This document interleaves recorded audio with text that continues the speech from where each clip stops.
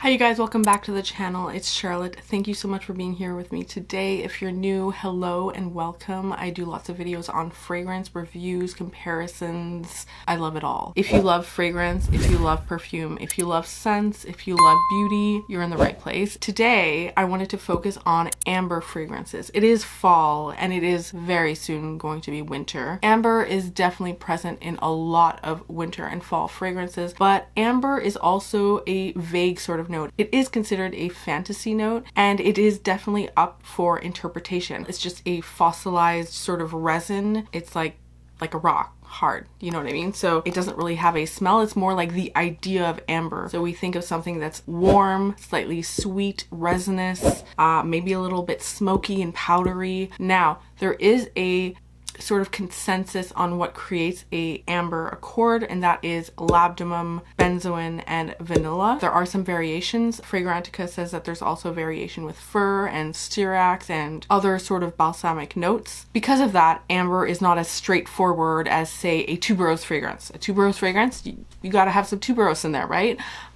It's a little bit more interpretive. According to perfumer Abdulsalam Attar, in perfumery, all sweet resinous things are amber notes. You can count in them tonka, Peru balsam, Tolu balsam, benzoin, labdanum, and cistus, for example. You may add to blends of these scents subtle notes of almond, tobacco, and vanilla, for instance. Amber in perfumery is a subjective scent. It is a note, not an essence. And also, I really liked this little tidbit. This is all on Fragrantica, by the way. If you want to go check this out, I will link it down below. As well as all of these fragrances, I will link down below where you can pick them up as well. Mandy Aftel shares her recipe of amber from her book Essence and Alchemy, A Natural History of Perfume. Page 97, here's a recipe for a very beautiful and simple amber that can be worn alone or used as a base for a perfume. And that is 30 drops of labdanum, 120 drops of benzoin, and 6 drops of vanilla. And so I thought that was really interesting. You can do the math, or maybe I will do it and insert it here. Basically, the parts of labdanum to benzoin to vanilla is her amber. Sometimes people will think they like amber and then smell an amber they don't like and think, oh, maybe they don't like amber, and vice versa. But that's because the truth is there are a lot of different kinds of ambers,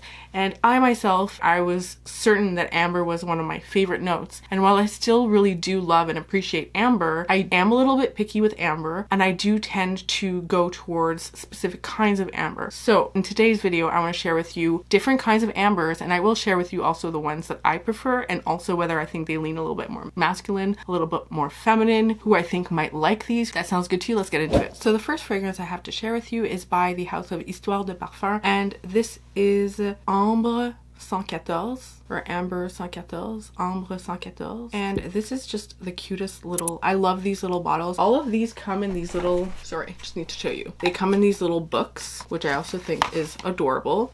And it just kind of fits into there like that. You can even like store it like a book in your bookshelf, you know, Histoires de Parfum. Anyway, for the scent, Ambre 114 by Histoires de Parfum is classified as an amber spicy fragrance. This is a very powdery, spicy,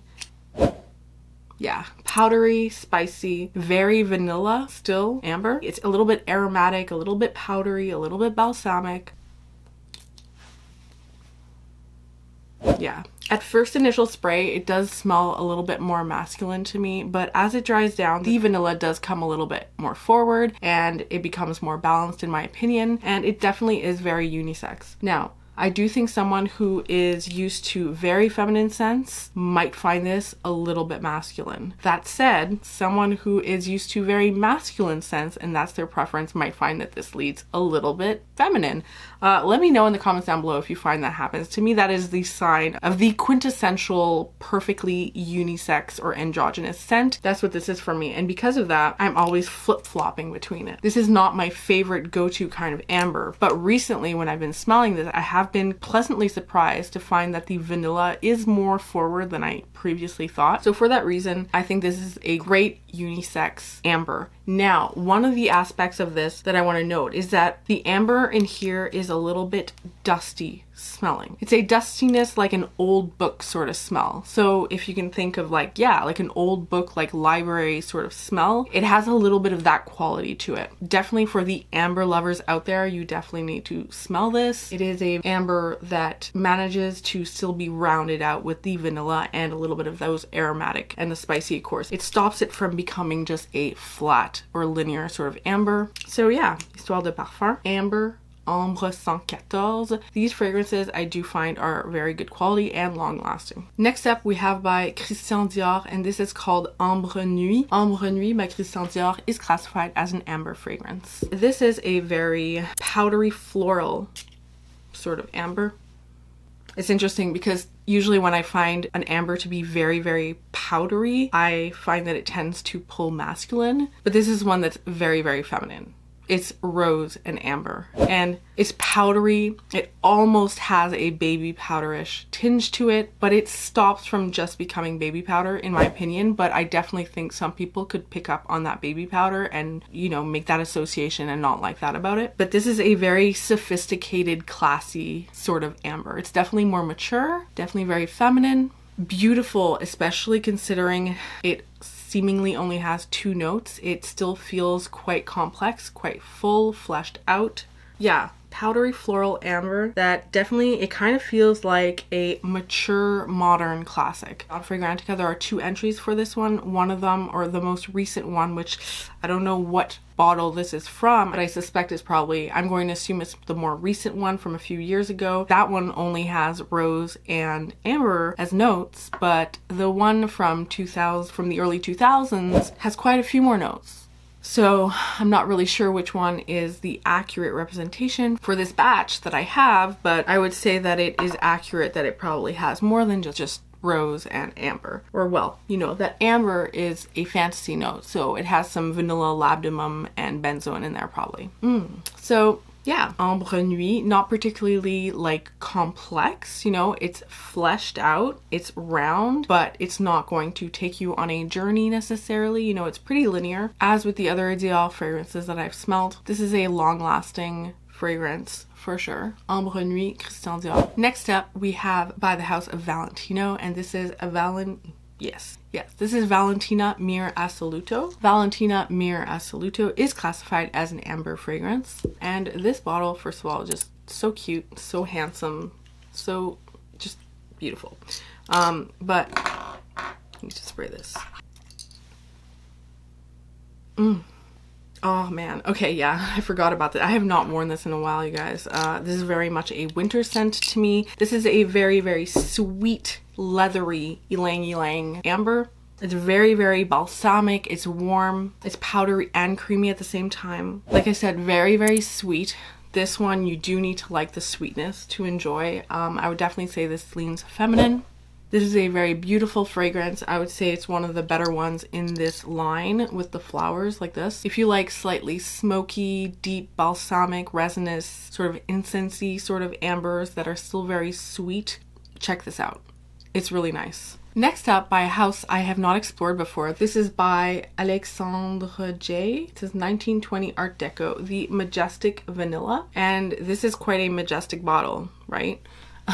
This is one that I kind of got suckered into buying because I saw that it had been compared to Elle by Lolita Lempicka, and you guys know that's one of my favorite fragrances. That is a very resinous, ambery vanilla with some incense and cinnamon, and I really, really love that scent profile, and I find it kind of hard to replicate and find out there. So when I see one being compared to that perfume, I'm interested. So this is an amber vanilla, but I definitely think of this as a strong amber fragrance. Spicy amber fragrance with a heavy dose of citrus in the opening as well. It has a lot of cinnamon. This is one that I think is perfectly unisex, and when I say perfectly unisex, again, I mean that those kinds of scents are my kind of favorite scents, but to be honest, but I always feel like it's a very strong sort of person that can carry those sorts of unisex scents. You know, you have to not mind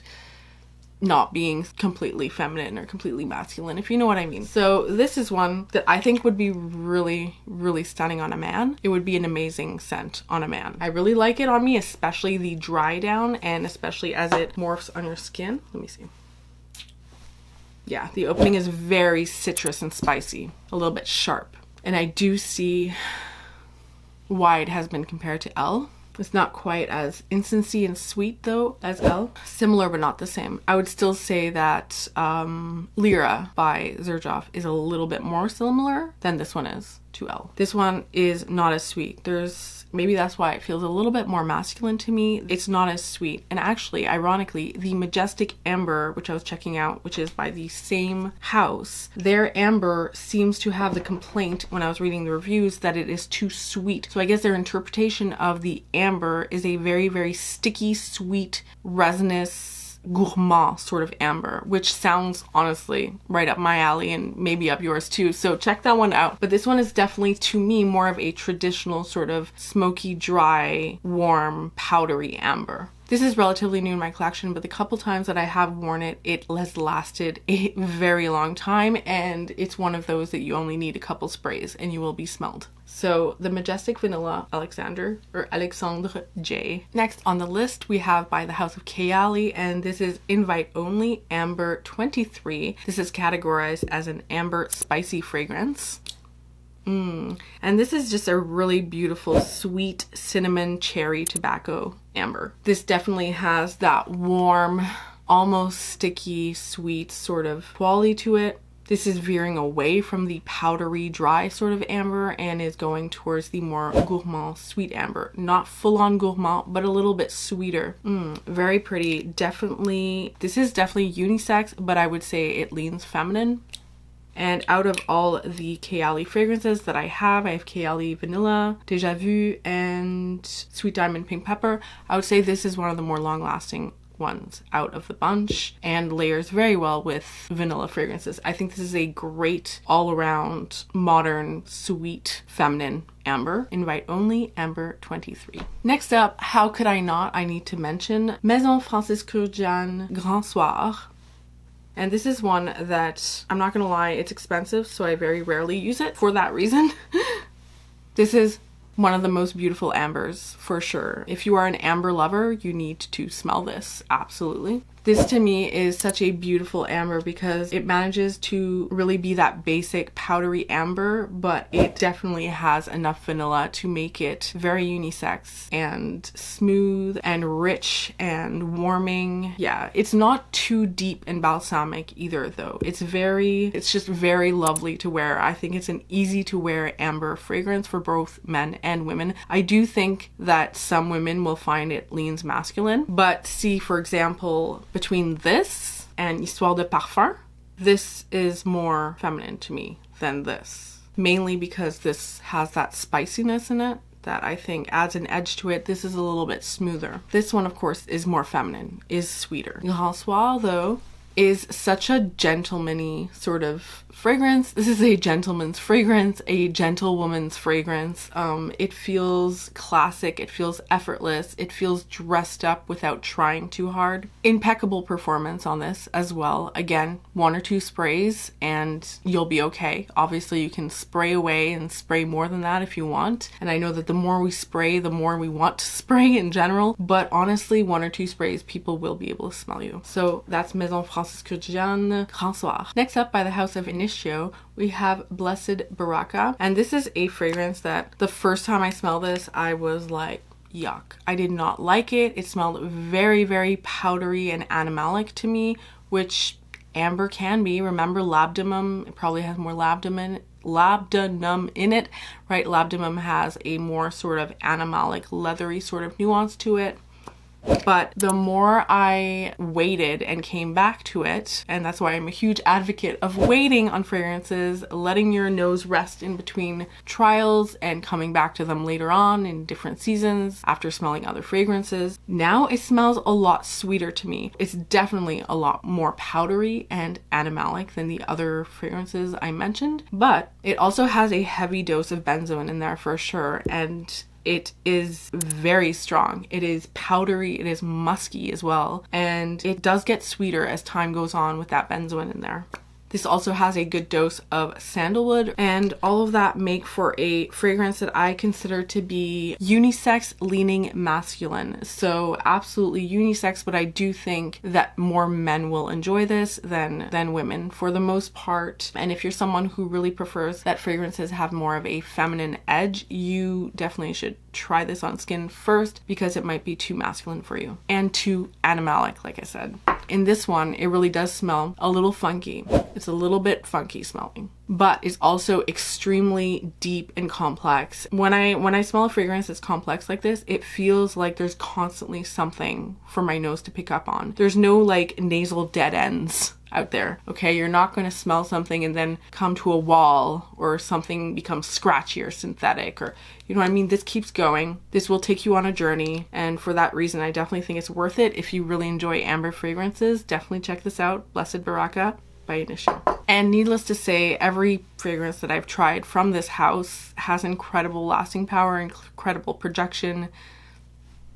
You can't go wrong with these scents by Initio. Next up, by the house of Mancera, this is Amber Fever. This is a scent that you might have seen in my most recent fall and winter perfume haul. This is an amber fragrance that is definitely going towards that more sweet caramelized sort of route. This actually does have a caramel note in it. It also has a whiskey note. So the fragrance definitely has a boozy, warm, sweet, caramelized quality to it. It's definitely that kind of amber in here, and while it is very sweet, that booziness still keeps it very unisex feeling and leaning, and I would say this is very unisex too. This is categorized as an amber vanilla fragrance, and the main accords I get with this are the whiskey, the caramel, the woody accords, and the musky accord. Lovely fragrance, a little bit airier and lighter to me than Instant Crush, and I only mention that because Instant Crush is often compared to this fragrance, and it does have something similar in the opening, but this one, like I said, is definitely more musky, airier, still very, very potent, long lasting. I've heard some complaints on it, this being not as loud as Instant Crush, but Instant Crush is almost too loud for some people. It still performs amazingly. This projects, you will leave a trail.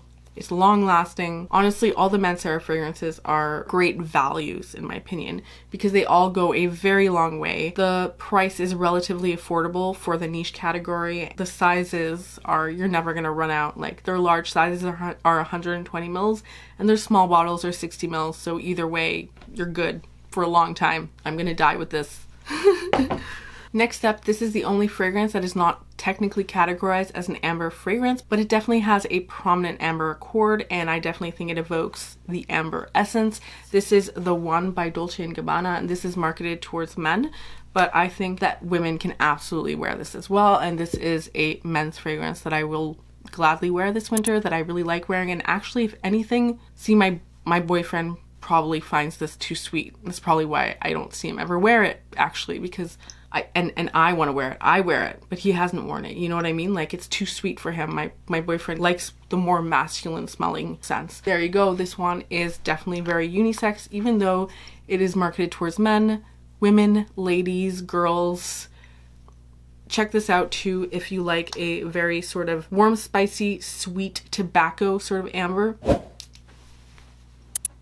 So to me, this still leans masculine. I consider this masculine leaning, but I absolutely still love it. And I think that this is a great, sweeter, ambery tobacco out there. Some people compare this to Jazz Club, I believe, which not quite the same, but in the same kind of territory, sure. The Only One by Dolce & Gabbana. I would say this is probably not as great of a performer as the Mancera, the Dior, the Initio, but this is also quite a lot more affordable and more accessible. The Only One by Dolce & Gabbana.